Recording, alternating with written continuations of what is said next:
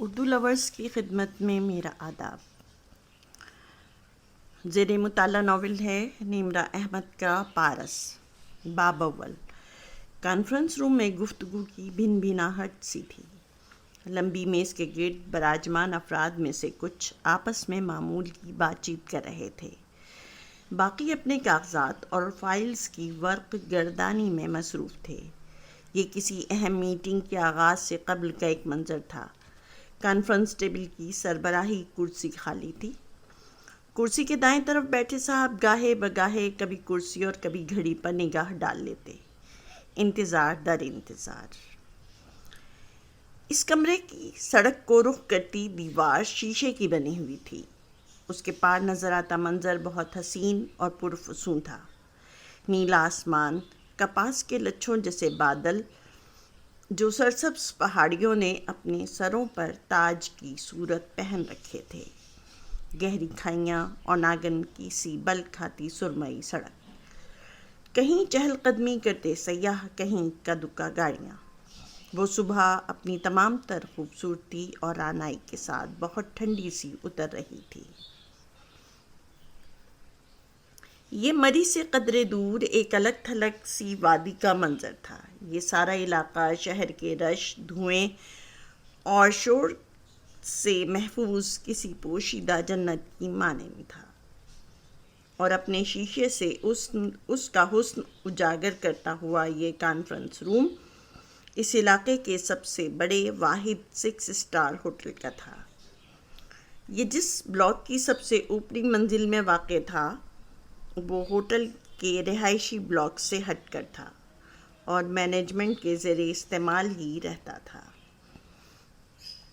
شیشے کے پاس جو سڑک دکھائی دے رہی تھی وہ ہوٹل کے عقبی طرف تھی، اور ادھر ہی کے گیٹ سے مالکان اور آفیسرز داخل ہوا کرتے تھے۔ ابھی کافی دیر سے وہ سڑک سنسان پڑی تھی۔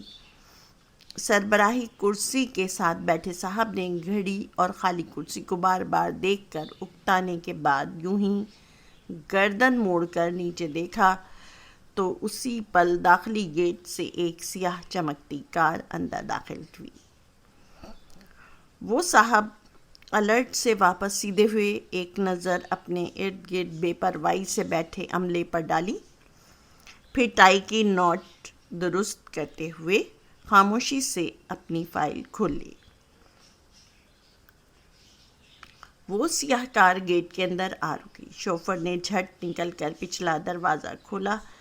ایک سیاہ کولا پوری چپل میں مقید پیر زمین پر رکھتا دکھائی دیا، اور پھر ایک لڑکی سیدھی ہوتی ہوئی باہر نکلی۔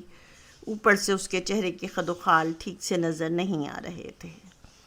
آنکھوں پر سیاہ گلاسز تھیں، سانولی رنگت، سر کے وسط سے نکلی سیدھی مانگ کے دونوں اطراف کے بال دونوں کندھوں اور کمر کو ڈھانپتے سیدھے کوہنی تک گرتے، اتنے سیاہ اور یکجا تھے جیسے شیمپو کے اشتہار میں ماڈلز کے ہوتے ہیں، کہ کہیں بھی دو بالوں کے درمیان خلا دکھائی نہ دیتا تھا۔ ایک سیاہ ہینڈ بیگ کوہنی سے لٹک رہا تھا، سرمئی سادہ شلوار قمیض اور کندھوں پر سیاہ شال جو پیچھے سے آتی ہوئی کندھوں کو ڈھکتی، اپنے دونوں سرے سامنے گراتی، جنہیں سینے سے نیچے اس کے بازوؤں نے سہارا دیا ہوا تھا، ایسے کہ شال کی وکل بھی نہیں ماری گئی تھی، اور اس کا چہرہ البتہ اوپر سے دیکھنے پر قطعاً واضح نہ تھا۔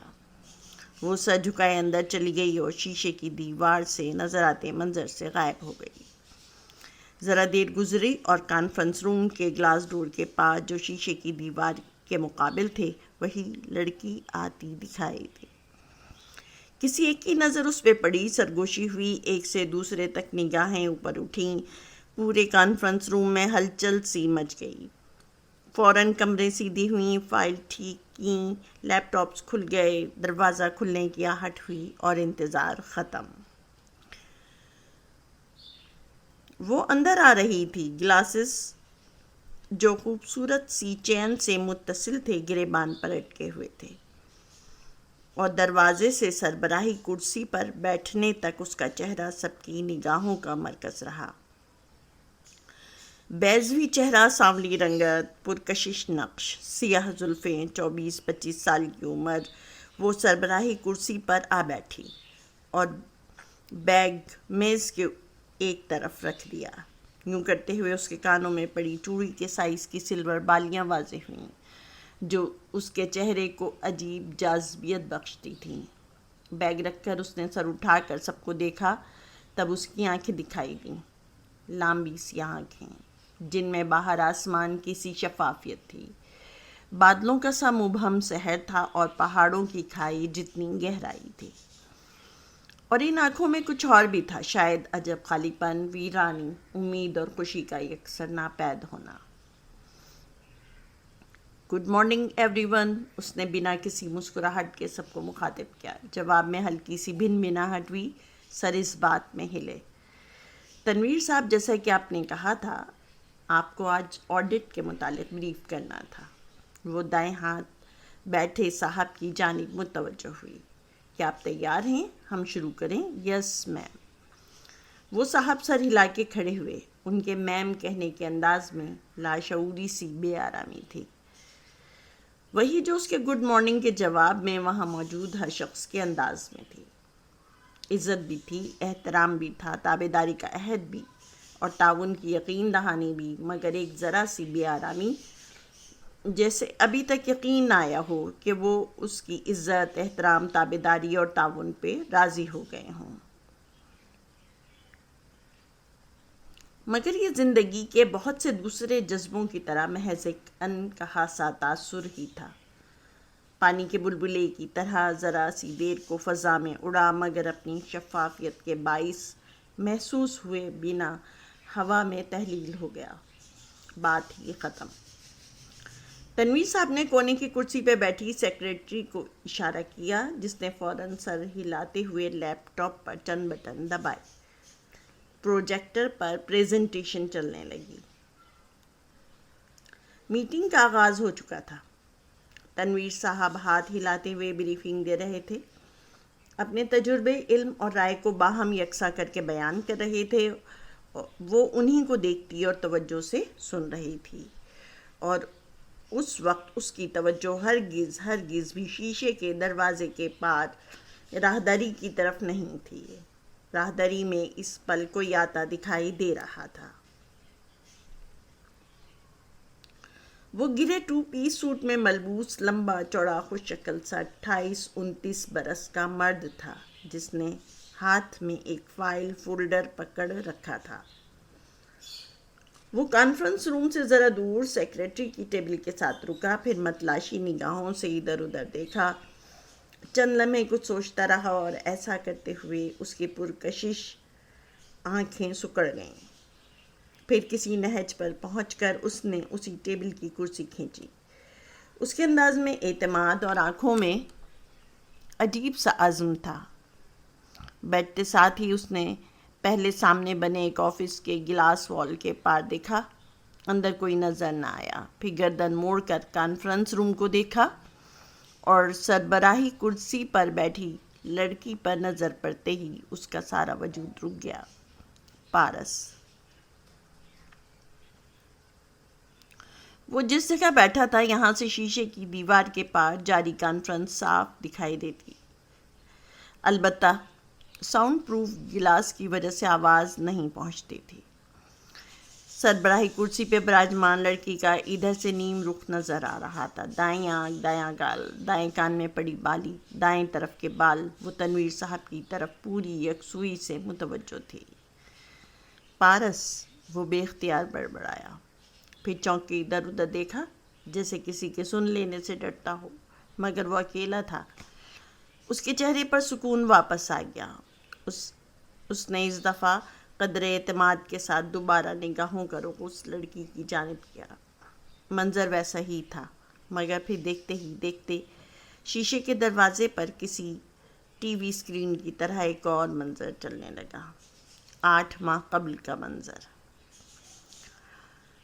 وہ ایک اپارٹمنٹ کا لانگ روم تھا، جس کی اونچی فرنچ ونڈوز سے باہر رات اور روشنی میں ڈوبی بلند عمارتیں دکھائی دے رہی تھیں. وہ امریکہ کی کسی ریاست کا اپارٹمنٹ لگتا تھا۔ لانگ روم کے وسط میں وہ خود جینز اور سویٹر میں ملبوس، ایک ہاتھ میں نوڈل سے بھری پلیٹ، دوسرے ہاتھ میں موبائل پکڑے چلتا آیا۔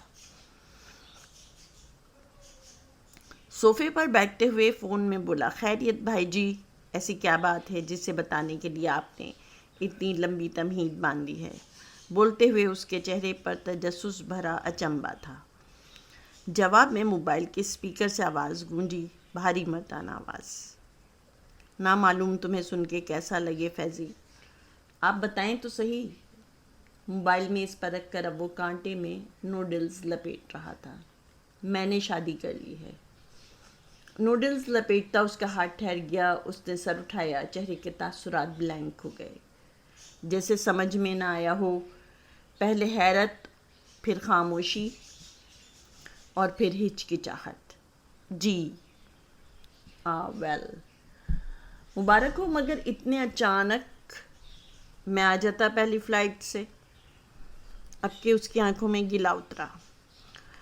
نہیں، میں ابھی پارس کو اپنے خاندان سے دور رکھنا چاہتا تھا۔ میں نے خود ہی کسی کو نہیں بلایا۔ پارس، اس نے دہرایا، میری بیوی۔ ہم نے 1 ماہ قبل شادی کی ہے، یہیں مری میں۔ اوہ، آپ ابھی تک مری میں ہیں؟ وہ چونکا۔ ابھی 1.5 ماہ پہلے آپ مری گئے تھے، برف باری دیکھنے اور مری والے ہوٹل کا وزٹ کرنے۔ میں سمجھا تھا آپ واپس لاہور آ گئے ہیں۔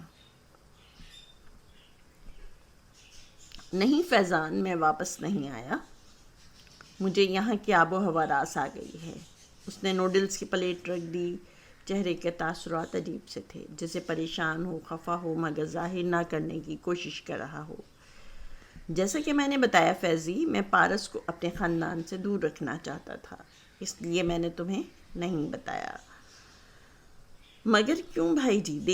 دیکھو، جب ایک 24 سال کی ہوٹل ریسیپشنسٹ 48 برس کے ہوٹل مالک سے شادی کرتی ہے تو لوگ ان کے رشتے کو شک کی نظر سے دیکھتے ہیں، بالخصوص جب شادی سے قبل انہیں ایک دوسرے کو جانے محض 15 دن ہی ہوئے ہوں۔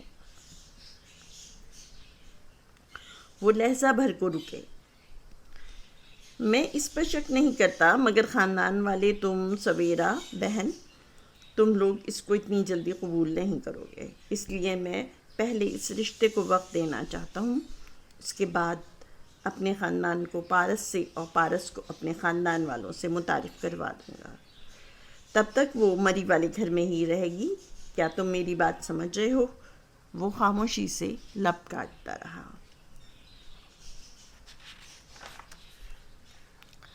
منظر تحلیل ہوا، یادیں دھندلا گئیں، حال واپس ارد گرد آن کے ٹھہر گیا۔